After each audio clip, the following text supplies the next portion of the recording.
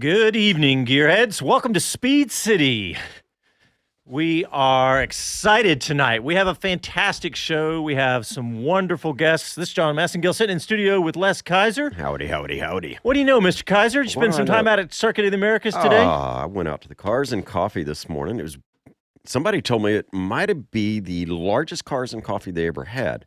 If you're familiar with Circuit of the Americas and the parking situation out there, Lot A was almost entirely full of cars, and they were fantastic ones. I met several people from Houston, and so, folks, if you're not familiar with the geography of Texas, nothing's too close. That's about 3 hours away that came over this morning. They got up extra early. Wow. I got out there about 9:30, and there were Houston cars there. And I got to say, it was a lot of fun, great activity. You know, I saw a lot of the COTA staff we know and work with. And Texas is like a whole other country. are you kidding? We're not changing.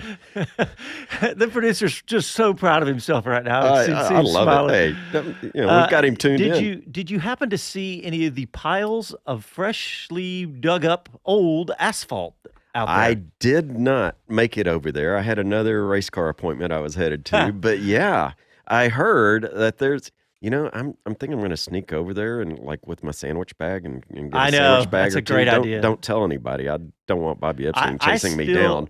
I still have some of the rocks in the bottom of my shoe that I went out there in 2012 before the track even opened. Right. Up on the corner of turn 1, those little rocks up there. That constitutes as evidence for trespassing, Hey, let me talk about who we got on the show tonight because we have a fantastic Good show. idea. Let's change topics. Yeah.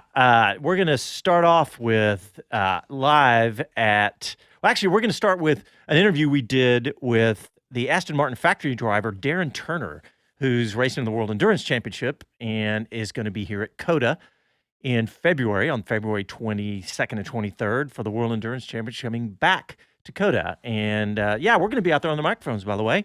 So listen for us out there that weekend. I love that series. I know. I'm so excited that they're back. I truly do love that series. And I love all the things that go on out there. I was recognized one of the families I met from Formula One this weekend. And he said, we're, Formula One's the only race we've been to at COTA. And I said, he said, dude, you're missing out. You're missing out, for one. And I rattled off the calendar for him. And he's like, well, I got to start saving up. And I said, well, yeah. Get this, fans. The son is named after Jensen. Oh, His really? name That's is cool. Jensen. That's cool. So I told him, I said, FIA WEC, when they come in, this is such a fantastic open paddock. Yeah. Come in. Jensen's going to meet more cars and drivers. And and there's so many drivers, too. Yeah. Just your odds of running into one are better.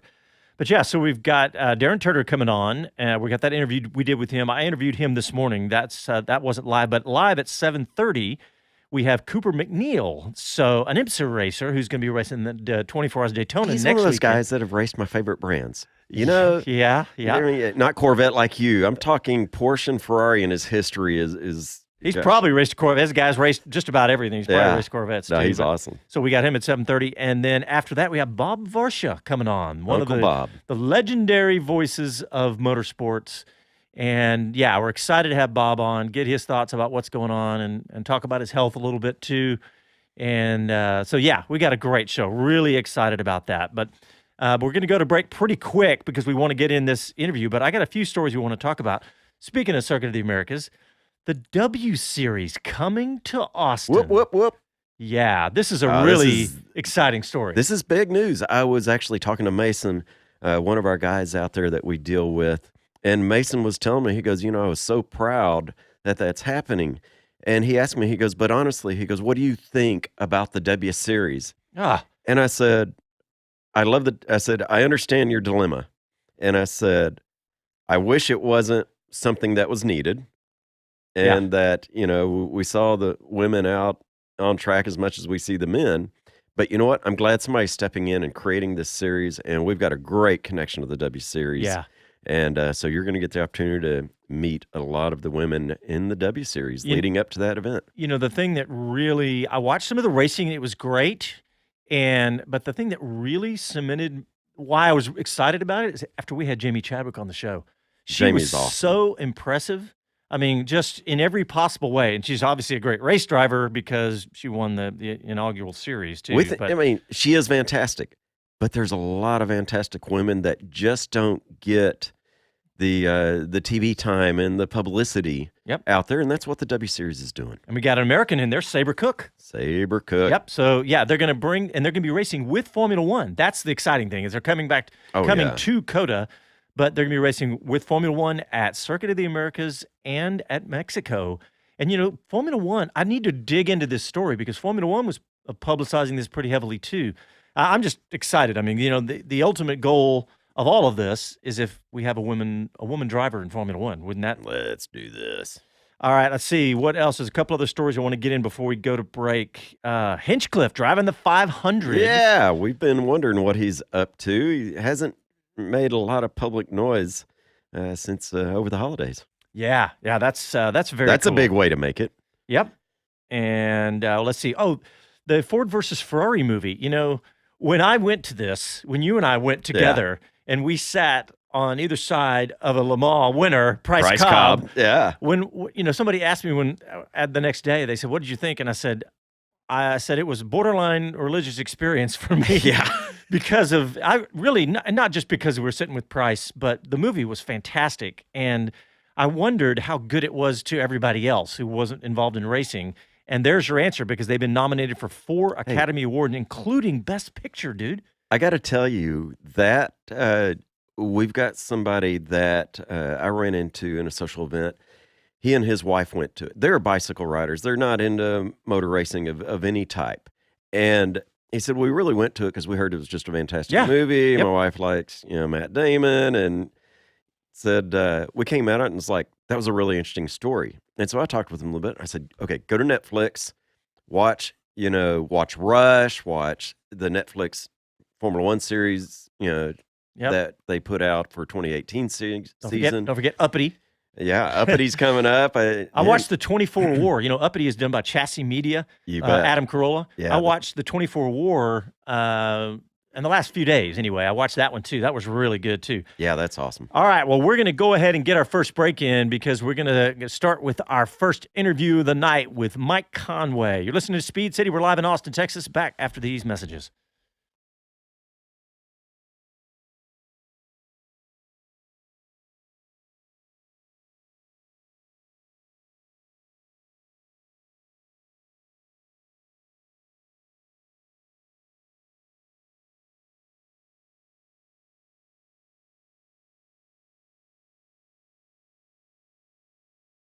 Riders with the finest in Dainese leathers, the best the market offers. Visit Ducati Austin on Breaker Lane just east of I-35 and throw your leg over the most iconic sports bike ever built. Ducati. Even take it for a test ride or see what's been described as art on wheels from MV Agusta. You know what you like. See it at Ducati Austin. Online at DucatiAustin.com. At Circle Brewing, the belief is less is more when it comes to brewing a better beer. You won't find any chemicals or additives, only water, malt, hops, and yeast, and absolutely nothing else. Just simple ingredients and outstanding taste. It's German purity with Texas ingenuity. Find the brews on tap all over town, in your favorite store, or drop by the tap room at 2340 West Breaker Lane, open Thursday and Friday nights and weekends. Log on to circlebrewing.com. Circle Brewing Company, born, bred, and brewed in Texas. Austin's Talk 1370.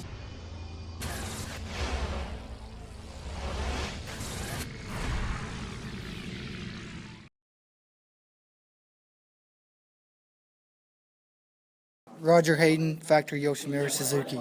This is Speed City. Welcome back to the fastest hour in radio, Speed City. All right, so our first interview of the night here is really excited because the World Endurance Championship is coming back to Austin. And this interview, I caught up with Darren Turner this morning. He is the factory driver for the Aston Martin racing team. He's got a heck of a job. Not only does he drive the race car for Aston Martin, but he also does some testing and other things for the factory cars, including he drove the new hypercar. So yeah, he's got a heck of a job. So let's go ahead and play this interview with Mike Conway. All right, Speed City fans, we are very excited. As you know, we have the World Endurance Championship coming back to Circuit of the Americas, and we have one of the drivers who's going to be racing in the World Endurance Championship here in Austin. We have Darren Turner, one of the world's, really one of the best drivers in the world, most experienced drivers everywhere from Formula One and now racing for the Aston Martin team since actually quite a while, since about 2005. And we're excited to have you, and welcome to the show, Darren. Thank you very much. Yeah, I've been with Aston for a long time, that's for sure. So when they came back to racing in 2005, I was just happened to be one of the guys that was part of the sort of existing team at ProDrive doing other types of racing. And when they came back, it was a great opportunity, and it's been a lot of fun all these years now to be still racing with Aston Martin. And I think it's now 15 years of racing with these guys. So really enjoying it, and it's great that we're coming back to Austin. It's always been a favourite of the guys that have been racing in the WEC Championship. And we were meant to be racing in Brazil, and that got changed, and it was just really fortunate for the whole of the sort of WEC Championship that Austin was available and were able to accommodate us at such a short notice. So looking forward to it now. Well, you sound humble, and let's remind everybody you've won the 24 Hour Le Mans, 3 times? Yeah, when Aston came back to the first time we did it was 2005, and it took a couple of years, and we were racing always against Corvette, and they've always been one of those sort of Titanic teams that's been very hard to beat, and it took us a couple of years with the DBR9 to get on top of what Corvette had been achieving. So we won it in 2007 with the DBR9, and then repeated that again in 2008. And then we had a few years in the LMP1 class, which wasn't really that successful. And then Aston Martin Racing came back to GT racing, and it's been a lot of fun since we've come back to GT racing. Again, always up against Corvette and the other manufacturers like Porsche and Ferrari, and more recently Ford at Le Mans as well. But in 2017 we had our last sort of win there at Le Mans, and it'd be nice if we could go back this year and try and be on the top step again. But the competition in GTE right now is so hard, and it's great because the manufacturers are all very competitive, and they're all putting in the resources and making sure they got good driver lineups. And it's nice to be in a championship where you're in a very competitive championship. It wouldn't be so much fun if it was easy to get a win, and you certainly feel like if you do get a win in this championship, in any of the races and including Le Mans, then you deserve it. And it's difficult to get that sort of position, but it feels very good when you do. So it's nice. It's nice to be back, and also I've moved across from the pro class into the AM class with Paul Dell'Anna and Ross Gunn for this season. So it's different. It's a completely different sort of mindset about the way that you go racing, and it's been successful so far since we've started together in '98 at Silverstone back in August time. Well, and it's got to feel special with the competition you're talking about. Like you said, there's some amazing competition. Corvette now with their mid-engine and Porsche and everybody else. It's a special thing to do well in this class.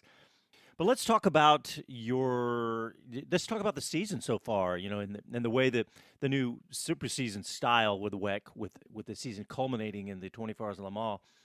How's that been for you guys, and how's this season been? Yeah, it's completely sort of different. When I started racing, it was always done in a yearly sort of season. So your season may have kicked off in March, and you sort of wrapped up in October, and that was it. And now, there's so many championships that are going over sort of the winter period, and the WC is one of those seasons that is very much, in that transitional point where we've gone over the super season, and now we run from late summer over the winter up until Le Mans and the 24 hours. So it's taken quite a few drivers and teams and everyone else to get used to it. And now it feels a bit more normal. But, even though, Christmas, it was always the break was Christmas, and you got some time to sort of relax and not worry about things. And now it's like, well, actually it's only in between 2 races. So you can't relax too much, and you've got to keep the focus and make sure that when the racing starts again in the new year that you're sort of straight on it. So it's a different sort of mindset from what a normal racing season would be, but it's still a lot of fun, and it's become a bit more normal now. And we started, Silverstone was okay. One of those races that was crazy with the weather, heavy rain midway through the race, and then back to sort of drier conditions towards the end. A normal Silverstone, windy and cold and wet and miserable at times, but we still ended up on the podium there, which was a bit of a surprise because at one point we picked up 2 drive-through penalties, and we got blocked in the pits, and there was so many things that went on that at one point I thought even if we finish in the top 6, that's going to be good. So to have a podium, finish second was a good start to our campaign. And we've had a few unlucky races, both in Fuji and Shanghai. When Paul was in the car, he was taken out of the race at various points, and we've lost the opportunity of picking up some points there. But we've ended up on, I think now we've had 3 podiums already this year, so in this season, and we're sort of there or thereabouts in the points for the championship. So I think COTA is going to be one of those weekends that we really need to bag some big points again and just sort of continue building up that momentum and sort of push towards getting our first win of the season. That's the key at this point. We've just got to get a win under our belt just to get a bit of confidence in the team and sort of bag those big points. Yeah, I love the fact that the COTA is where they are in the season now, because from here on out, every race gets more important.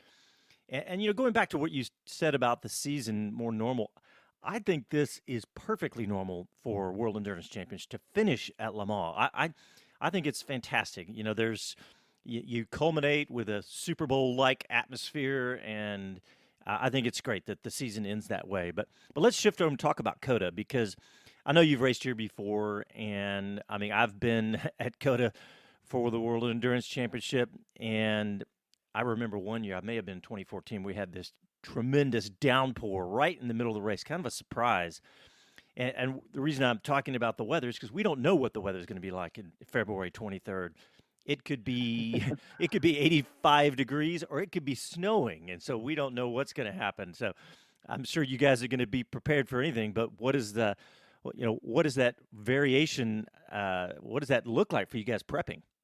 Yeah, I think the main thing is with the wet tires, we only have one selection there, so that's easy with the weather like that. But it's the slick tire where we have 3 options available to us, and they're all sort of dependent on temperature range. But we're only allowed to nominate 2 of those.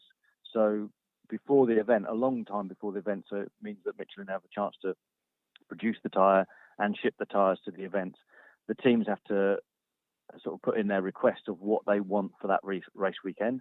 So it's very hard for the race team, the race engineers, to really sort of try and second guess what the weather will be like, so especially when it's the time of year that it could be, like you say, any type of weather, really high temperatures or very cold. So I think on this occasion we've gone for Austin being a bit colder than previous years, and that's helped with our tyre selection. And in 2014 when we had that sort of huge rainfall in the middle of the race, where they sort of red flagged the race for a period of time. Again, that was a bit of a surprise for everyone, because certainly for if you race mainly in Europe, whenever anyone says, right, you're going to go, there's a race in America this weekend, you're going out there, you just think, I need to pack my shorts and my sunglasses.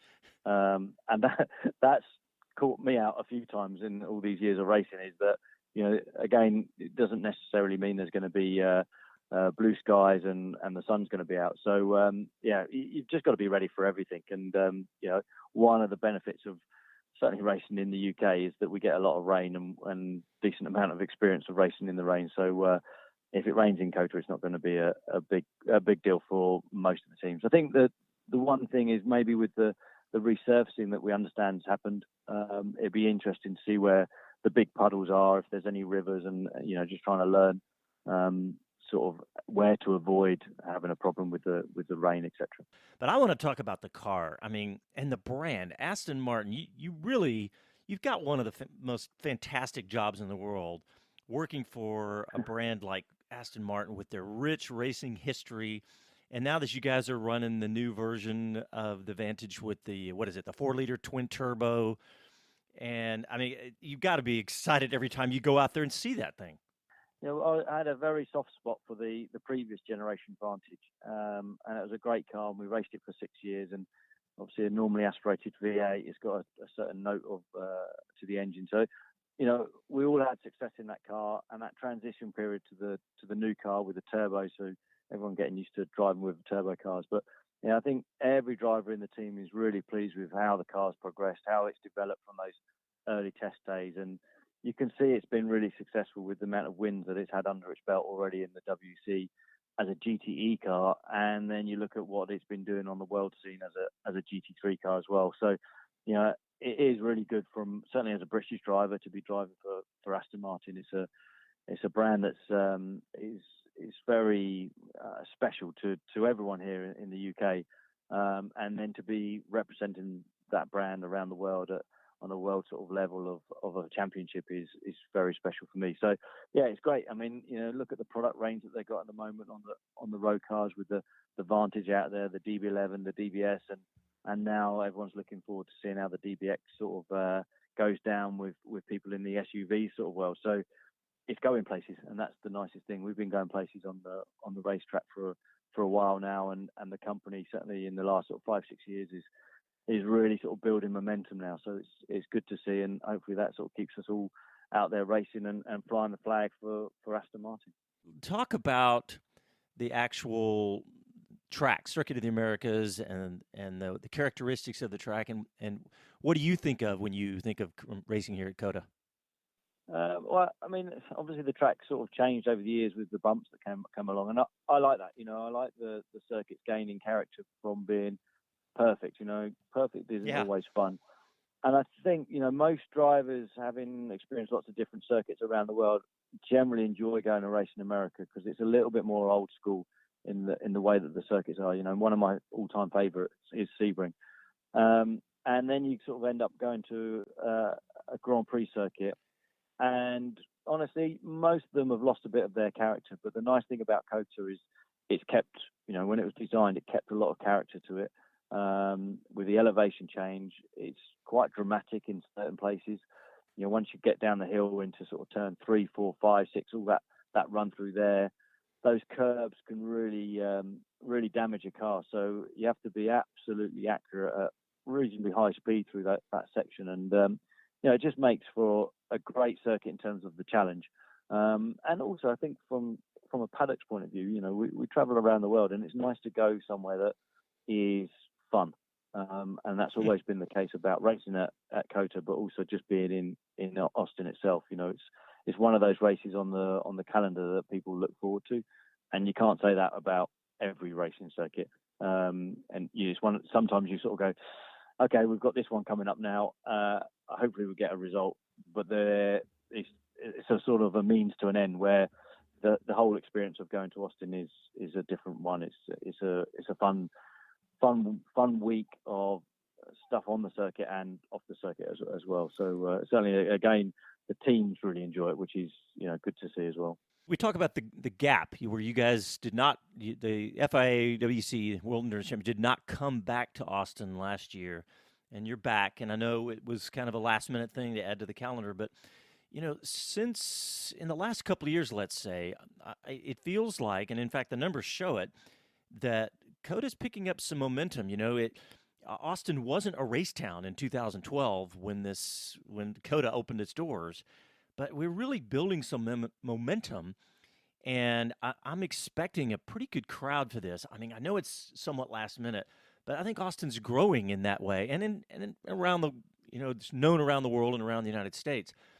But I really hope to see a good crowd here, and for you guys in February. But do you think there's a chance that we could start seeing WEC come back consistently?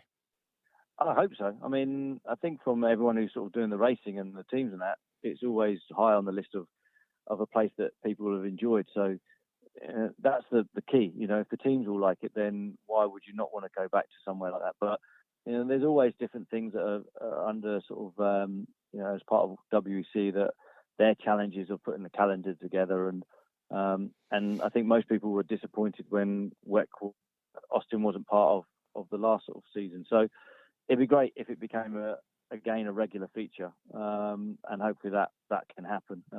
But from a driver's perspective, it's one of the fun races. So it'd be great if it could be always part of the season. And we should be racing in America. The WEC should be over there at some point during the season. It should be part of our calendar. So let's see. Maybe this becomes a bit more of a regular addition to the calendar going forward from now.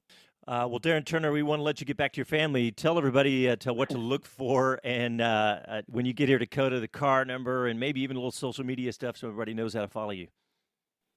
Yeah, so it's we're going to be in 98. That's with Ross Gunn and Paul Dallalana.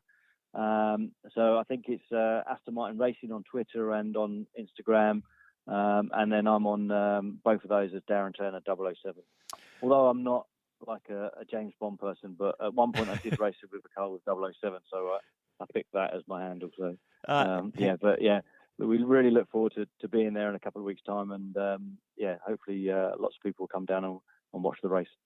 All right, Darren, thanks a lot for coming back on Speed City. We appreciate it, and good luck when you get to Austin, and we'll look you up and come say hi. Okay, cheers, John. Thank you very much. Thanks. Take care. All Bye. right. Bye. Yeah, heck of a nice guy. Excited to have them back. Oh, I love how much he was excited to come back to Austin. Like you said, you want a result, but he's coming back to Austin with a grin. All right, well, let's go straight to break because we have another guest waiting on the line. We got Cooper MacNeil. You're listening to Speed City. We're in Austin, Texas. Back after these messages.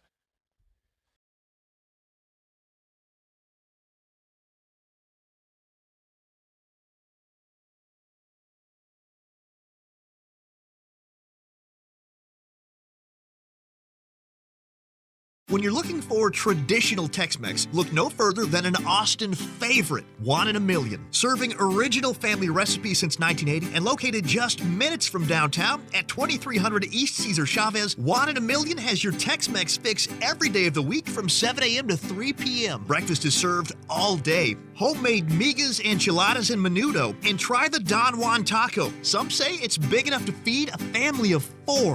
Juan in a Million. Online at juaninamillion.com. At Circle Brewing, the belief is less is more when it comes to brewing a better beer. You won't find any chemicals or additives, only water, malt, hops, and yeast, and absolutely nothing else. Just simple ingredients and outstanding taste. It's German purity with Texas ingenuity. Find the brews on tap all over town, in your favorite store, or drop by the tap room at 2340 West Breaker Lane, open Thursday and Friday nights and weekends. Log on to circlebrewing.com. Circle Brewing Company. Born, bred, and brewed in Texas.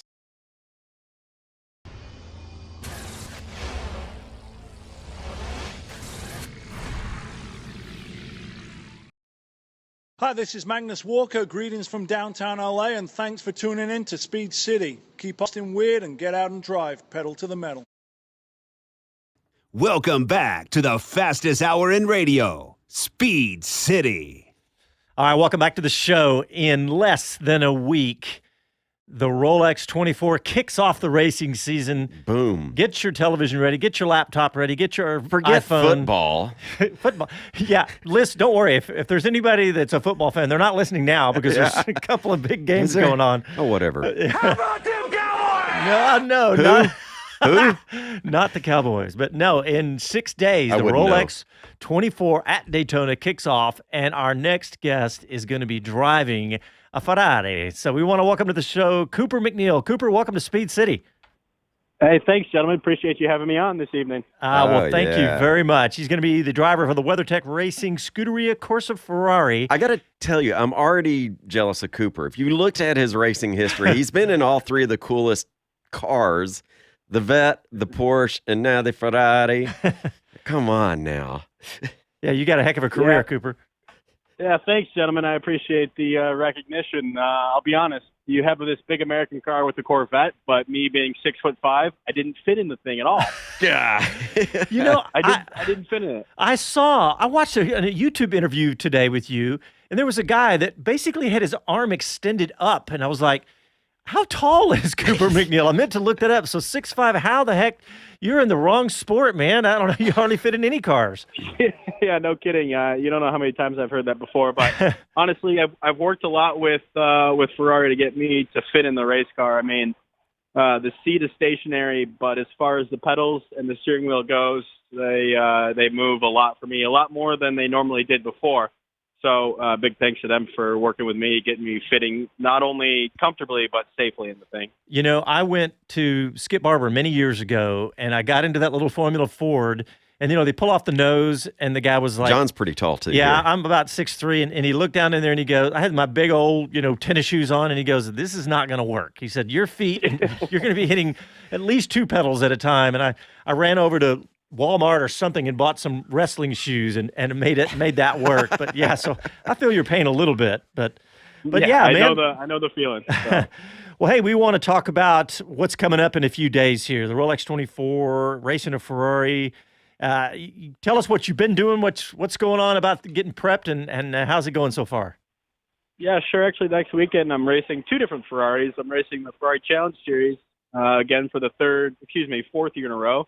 I've won the championship the last 2 years in a row in that series, and looking forward to being back there. So I actually start the 24-hour weekend with 2 30-minute races in the Challenge car, Thursday night and Friday night, 2 night races, which is the first time in Ferrari Challenge North American history. That's cool. Doing 2 night races at Daytona, which should be cool. And then shortly thereafter is Saturday, starting the 24-hour. So busy weekend for me. I mean, I've been in a Ferrari last year almost every weekend of the year. So a lot of seat time contributing to the continued success.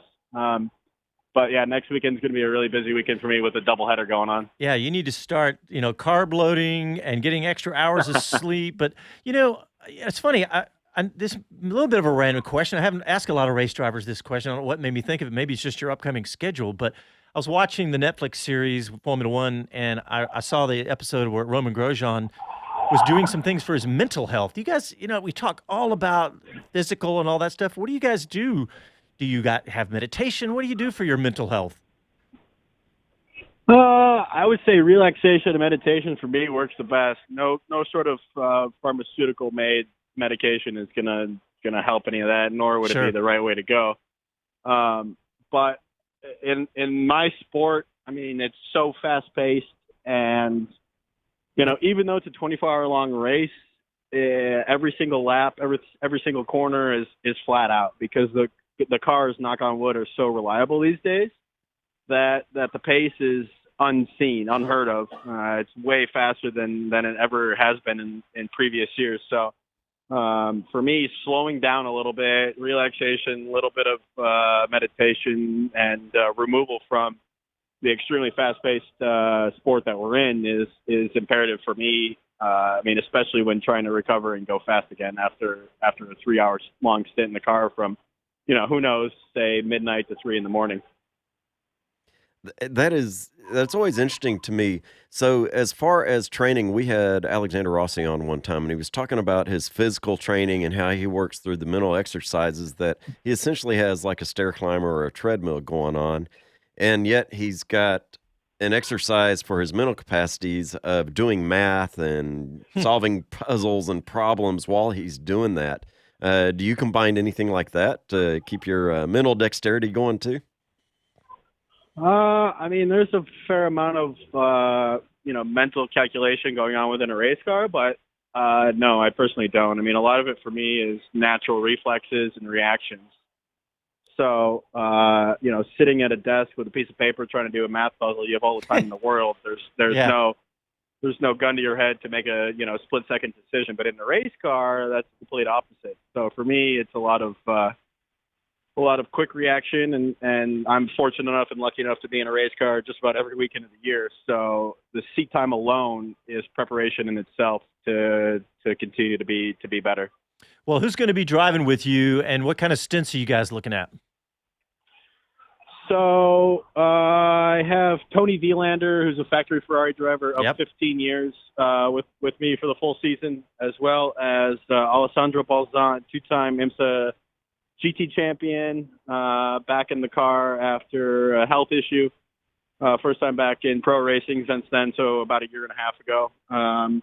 And then the other silver-rated driver that we had with us last year, Jeff Westphal, who won the GS championship and the other IMSA championship. So 3 really, really good, fast, consistent, reliable guys And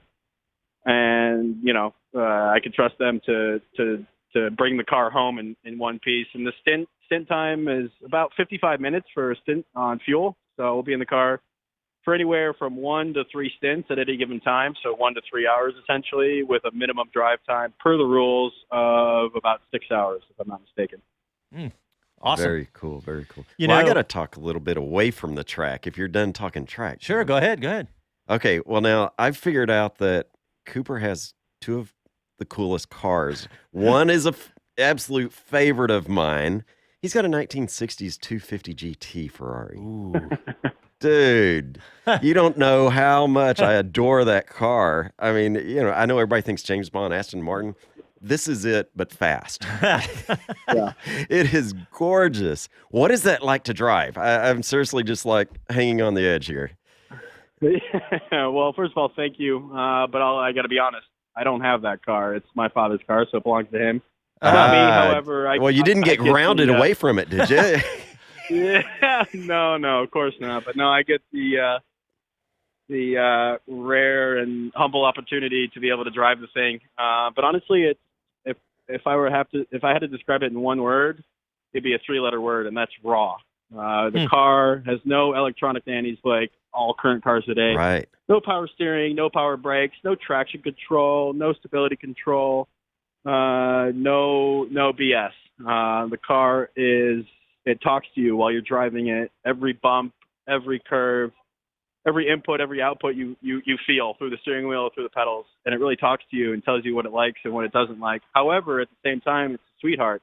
The car drives extremely well. You could drive it as a civilized street car on the street, or you could drive it on the racetrack and it acts like a race car. The chassis itself is so well balanced that you throw it into a corner and expect it to understeer or oversteer, a combination of two, and you just don't see that. So the car is extremely special to drive, and it's nice, driving a 12-cylinder Ferrari with a proper 6-speed, 5-speed manual gearbox and matching revs on heel-toe downshifts. Oh, yeah. And matching the perfect engine note with the perfect rev count on downshifts is extremely satisfying for me. See, and that's what I was talking about. I mean, people that don't know this car, it's got everything you want. It's got the wicked Ferrari sound. It's got the handling. It's gorgeous. I mean, absolutely gorgeous in any color. And it is. And when I found out this was listed and associated with you and your dad, I was like, that is seriously the lottery car for me. But I know you also got another one. You know how manufacturers do invitational cars and only certain people of certain caliber or certain interest to Ferrari get them. Or is this his dad again? I don't know. We're going to find out. He got a 488 Pista Piloti invitation. How'd that turn out?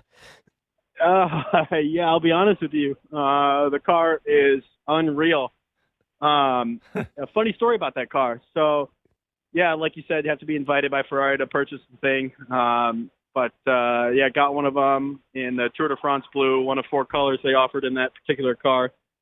And the car we bought through Ferrari Beverly Hills, which happens to be owned by my race team owner, Giacomo Mattioli, part of his automotive group. So the car was delivered to California. We happen to own a home in Pebble Beach, Monterey area in Northern California. So the car was delivered there shortly after it went to the dealership.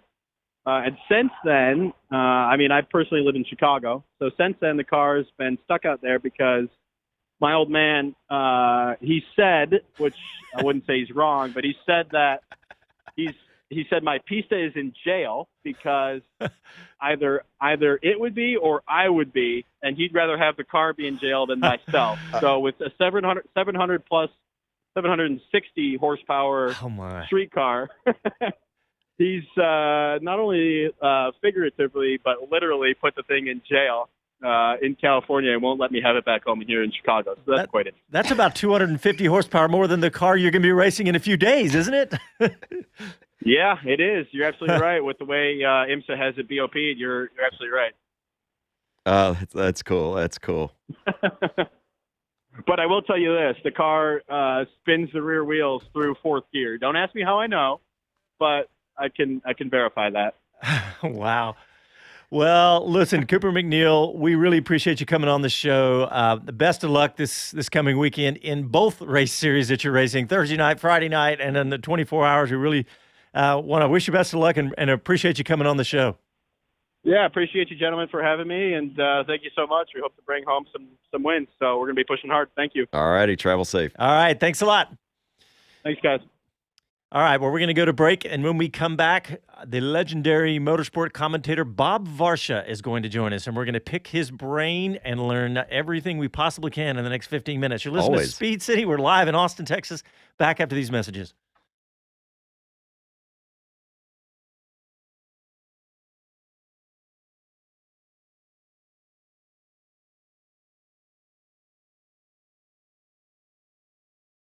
Winding Road Racing is your first and best choice for all the essentials for a great weekend at the track. We're racers, and we love helping racers. With a full selection of racing gear in stock, get geared up with all the safety equipment needed to meet all the latest Snell, FIA, and SFI regulations. Outfit your car with a comprehensive lineup of racing necessities, and when you need to find a few more tents, turn to data acquisition systems from AIM Sports, V-Box, and others. Austin-based with shops in California, Georgia, and Kentucky. The source for all your racing needs. Winding Road Racing, windingroadracing.com. As a rider, you know what you like. The power, the feel, the ride. When it comes to gear, you know what keeps you safe. Ducati Austin provides riders with the finest in day and easy leathers, the best the market offers. Visit Ducati Austin on Breaker Lane just east of I-35 and throw your leg over the most iconic sports bike ever built. Ducati. Even take it for a test ride or see what's been described as art on wheels from MV Agusta. You know what you like. See it at Ducati Austin. Online at DucatiAustin.com.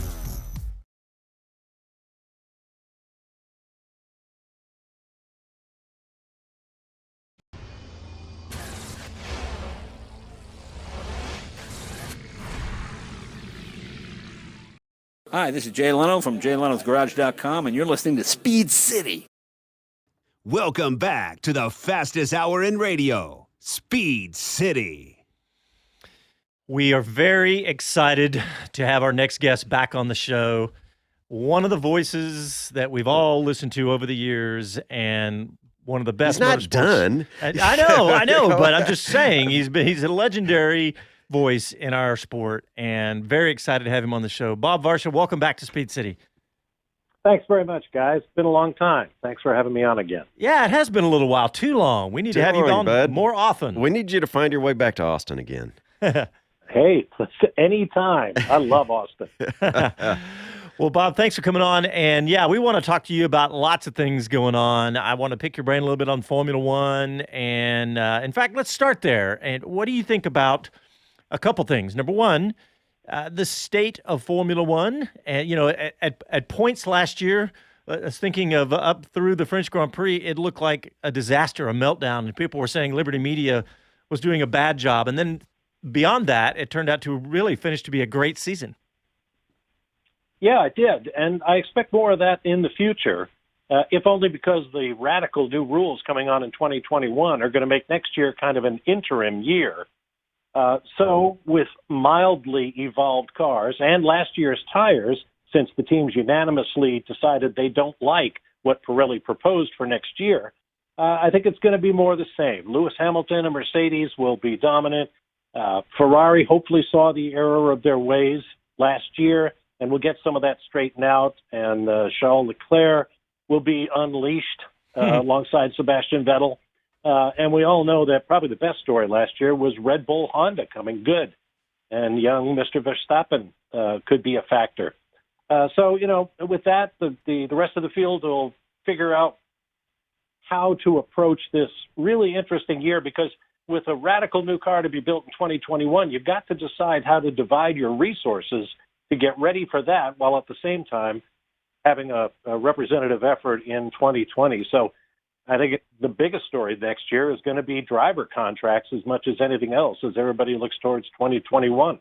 That is a good point, because there's there's so many going to be up in the air, and you're right, with these young guys that we've got right now, a lot of young, exciting drivers. It's fun to watch. But it's a great time in Formula One for young talent coming up.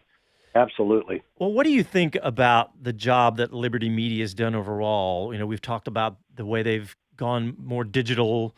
That was a low hanging fruit. But what about the way they've handled everything else? Well, not being on the inside, I'll cut them some slack. Formula One is such a unique and peculiar business model, centered, of course, around Bernie Ecclestone, who ran it like his own personal fiefdom for so many years, did deals on the side, all sorts of palace intrigue, a lot of bluff and bluster. And now along comes Liberty Media, a corporate giant in the media business, who do things a certain way, a very different way, I'm sure, than the way Bernie did things. And so to maximize on their investment, they had to get used to Bernie's way of doing things and kind of gently try to turn that ship, which I'm sure is a lot like trying to turn a super tanker. It doesn't move quickly.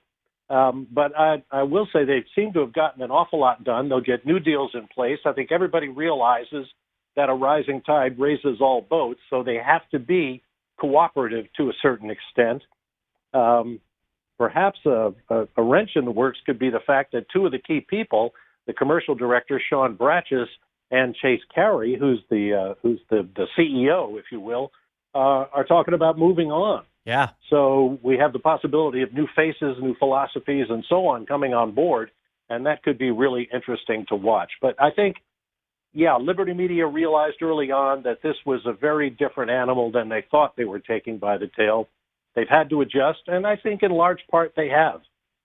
I think I would agree with you that for the most part, and in fact, when they first announced it, I mean, there was a lot of overseas, like, oh my gosh, are we going to turn Formula One into NASCAR? Are they going to Americanize it too much? WWE or whatever. Exactly. And then when they had the fireworks and what's the guy's name that does the announcer, the Rumble guy? I forgot his name. Anyway, they had all that, and everybody was thinking, are they going to really radically change the sport? And you're talking about Michael Buffer? Yeah, there you go. Yeah, right. Yeah, and anyway, all of that. It's a very different personality. Yeah, if nothing else. Yeah, but I think a lot of people inside Formula One would agree that there was something needed, and whether it was that classic American razzmatazz or not, the United States remains the number one market in the world for motorsports. Formula One wanted to be there. Bernie wanted to be there with multiple races.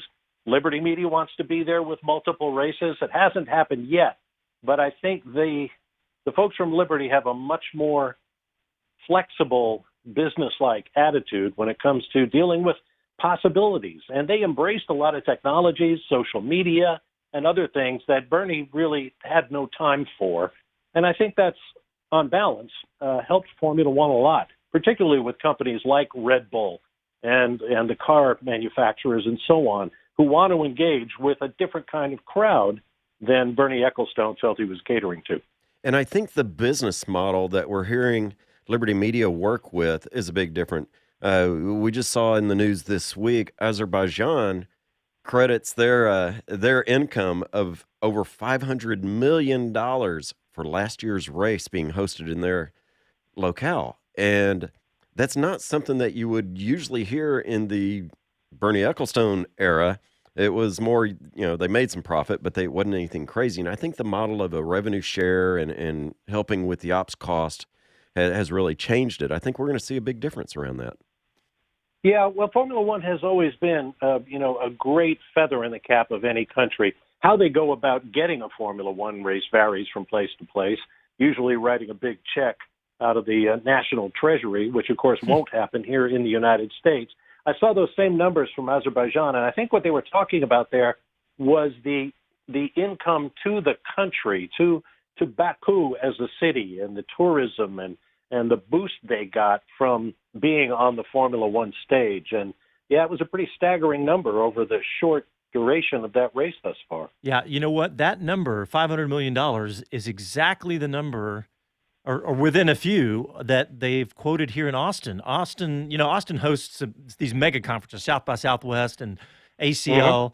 And I think it was ACL had a study done, and this was a few years ago. And then Bobby Epstein smartly grabbed that same company, did an apples to apples comparison, And the ACL Fest showed an economic impact of $350 million to Austin. And Formula One had a over $500 million economic impact. And the circuit itself had an over $800 million impact on the city. And this is, he still wrote the check to pay for the study, but it wasn't apples to apples. So there's probably some pretty good credibility to it. But similar number, about $500 million economic impact. I mean, those are pretty astounding numbers. Yeah, that's a great argument to have in your pocket when you go to try to make arrangements for public support, even if it's not money, but just in-kind services, that sort of thing. There's not many events year after year that will produce that kind of return. Yeah, absolutely. Well, I want to ask you something about our American Formula One team. The Haas F1 team came out of the gate, besides the wheels coming off in Australia a couple of years in a row, but they've come out and done an amazing job. And this past season, they really, really struggled with the tires. They talked about it with the tiny little window of operating temperature in the tires, and never could quite get everything right. Yeah. What do you think about what they've done, and do you think that they're going to get back on track and continue that upward trajectory that they had for the first 3 years? Well, I suppose, one of the big drawbacks of having big early success is that sooner or later you're going to come up with something less, and it's going to look like a total disaster. Having said that, yeah, the Haas team had their problems last year after a couple of seasons of surprisingly good results. I think it's just fairly typical of the model that, the lower tier teams, if you will, without denigrating anybody. If you're not one of the big 3 or 4, then you're, one of the 7 dwarfs. And that can be tough.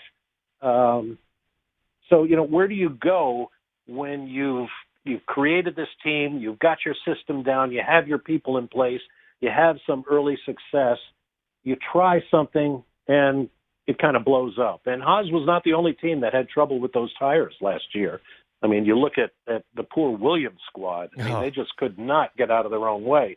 And there were other teams up and down the grid that were complaining about the tires, which made it all the more interesting, I think, when Pirelli rolled out proposed tires for next year, and the teams all tried them and said, nope, give us the 2019 tires. Yeah. I think Haas's problems are fixable, and I think Gene Haas and Gunther Steiner and all those people certainly are more than smart enough to realize that, and we'll get some fixes made. I want to step back just a little bit because we talked about it earlier in the show a little bit, but have you watched the full Netflix series Drive to Survive, number one? But also, I have seen over and over everybody from Formula One, outside Formula One, commentators talk about what a smart thing that was to try to embrace the United States audience. And just anecdotally, the people that in my sphere, I've had some people that I have friends or whatever that don't follow motorsports at all, but they say they absolutely love that Netflix series. And I personally kind of behind the curtain. Yeah, I think it was a brilliant move. Yeah, I think so too. I saw the first season series. I haven't seen the second. I don't even know if it's released yet. Yeah, to be honest. It's not out yet. Not yet. Yeah.